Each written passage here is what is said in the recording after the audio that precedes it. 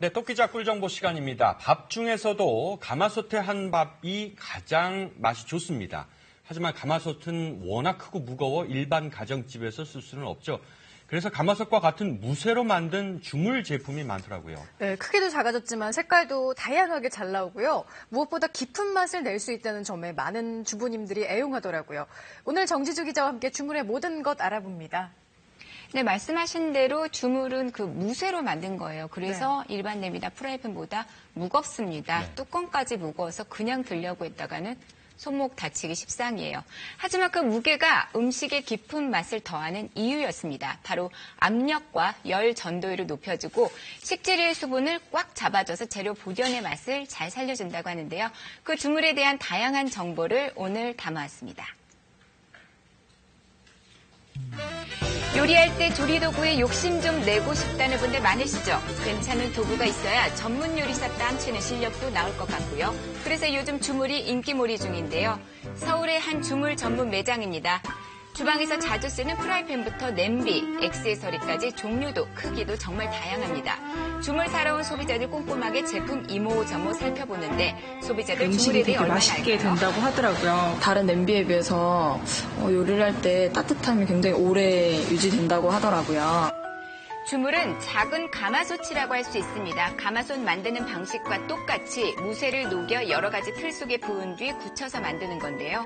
주물의 장점부터 살펴보겠습니다. 주물 제품의 장점은 제품이 두껍기 때문에 내구성이 좋고 열 보존율이 높고 열이 균일하게 분배되는 효과가 있습니다. 따라서 음식을 조리할 때 음식이 잘 익게 되고 수분이 날아가는 것을 방지하게 됩니다.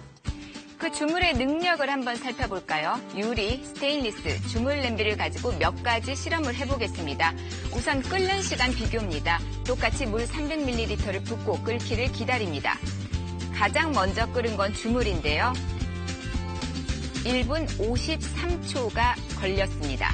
스테인리스가 2분 4초, 마지막으로 유리가 2분 12초 만에 끓었는데요. 주물이 열 전도율이 가장 높은 거죠. 두 번째는 열 보존율 실험으로 물이 끓으면 불을 끄고 10분 후의 온도를 측정했습니다. 가장 덜 식은 것도 주물이 열 보존율도 가장 좋았습니다. 마지막으로 수분 손실률을 비교해봅니다. 물 300ml를 넣고 10분간 끓인 다음 남은 물의 양을 쟀는데요.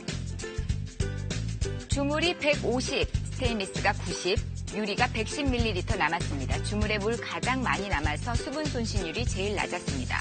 다시 정리하면 주물은 가장 빨리 끓고 따뜻함은 오래가면서 수분 손실은 가장 적은 거죠. 사실 주물 냄비는 뚜껑까지 무겁습니다. 힘 좀 줘야 될 수 있습니다. 그래서 내부 압력이 센 건데요. 두께 쟀더니 주물이 5mm, 스테인리스보다 5배나 두껍습니다. 요즘은 주물로 된 그릴팬 쓰는 분들이 많습니다. 예열이 워낙 잘 되기 때문에 여기에 고기를 구우면 육즙 그대로 살린 고기는 부드럽게 스테이크 전문점에서 구운 그 맛을 낼 수가 있습니다. 또 소금이나 설탕 같은 것을 담을 양념통도 주물로 된 게 있는데 주물에 담아두면 공기의 영향을 적게 받아 붓거나 상하는 것을 막을 수가 있습니다. 주물을 맨 처음 사용할 때는 시즈닝, 다시 말하면 길들이기를 꼭 해줘야 합니다. 혹여 있을 부산물이나 녹을 없애기 위해서인데 세제로 닦으면 절대 안 되고요. 소량의 식물성 기름을 헝겊에 묻혀 주물 안과 밖에 골고루 바른 뒤 중불에서 오래 가열하다가요. 연기가 나면 불을 끄고 상온에서 천천히 식혀줍니다. 이 과정을 3번에서 5번 정도 반복합니다. 무겁고 관리 힘들지만 주물의 음식 맛 매력에 빠져 17년째 주물을 모으고 있는 선진이 주부입니다. 각종 주물이 빼곡하죠. 주물 냄비를 모두 꺼내 반하게 나열했더니 종류만 무려 24가지. 주물을 좋아하게 20년 전에 우연히 이제 주물로 된 냄비 우동을 먹게 됐는데요. 일반 냄비 우동하고 다르게 맛있다는 걸 느꼈어요. 그래서 그 깊은 맛이 좋아서 하나씩 2개씩 모으게 돼서 지금까지 이렇게 됐어요. 본격적으로 주물 요리 배워봅니다. 주물 냄비로 물 하나 없이 수육을 만들 거예요. 우선 수분이 많은 양파를 냄비 바닥에 깔고 된장을 바른 고기를 넣어줍니다.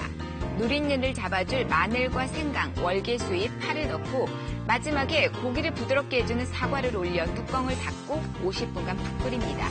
드디어 수육이 완성됐습니다. 양파에서 나온 수분만으로 고기가 잘 익었는지 확인해 볼까요? 그냥 냄비로 속까지 푹 익히기 어려운데 제대로 익었죠. 영양 손실은 최소화하면서 육질은 촉촉한 그런 수육이 만들어졌습니다. 두 번째 요리는 재료를 한꺼번에 넣어서 만든다는데 어떤 요리일까요? 이번에는 만들기 번거로운 잡채를 칼로리 걱정 없이 간단하게 만들어 볼 거예요. 먼저 바닥에 눌어붙지 않게 올리브유를 둘러주고요. 채썬 양파, 당근, 버섯을 넣습니다. 그 위에 불린 당면과 양념한 생고기를 넣고 15분간 익힙니다. 뚜껑 열었더니 고기까지 잘 익었죠. 이제 간장을 둘러주고 파프리카와 시금치 등 금방 숨이 죽는 채소를 넣어서 골고루 비벼주기만 하면 주물에 남은 열로 채소가 익습니다. 이렇게 하니 어려워 보이던 잡채 쉽게 만들어지는데요. 주물 냄비가 만든 요리들 먼저 가족과 이웃이 맛을 봅니다. 어떨까요? 훨씬 담백하고 촉촉하고 깔끔해요. 우리 엄마 잡채가 최고예요. 자, 이 주물 오래 쓰려면 제대로 관리해줘야 합니다. 오일막을 보호하기 위해 중성세제는 쓰지 않는 게 좋고요. 세제 말고 밀가루 넣어서 기름기를 없앤 다음 뜨거운 물과 함께 부드러운 솔로 문질러줍니다. 혹시 음식물이 들러붙었거나 찌들었다면 굵은 소금 한 컵을 뿌린 후 문질러 닦아주면 말끔히 제거가 됩니다. 이렇게 씻은 주물은 마른 행주로 바로 닦아 물기를 제거해야 녹쓰는 것을 막을 수 있습니다. 이 주물은 보관도 다르게 해야 하는데요. 냄비와 뚜껑이 부딪히지 않게 고무판이나 종이를 끼워서 흠집을 방지하고요.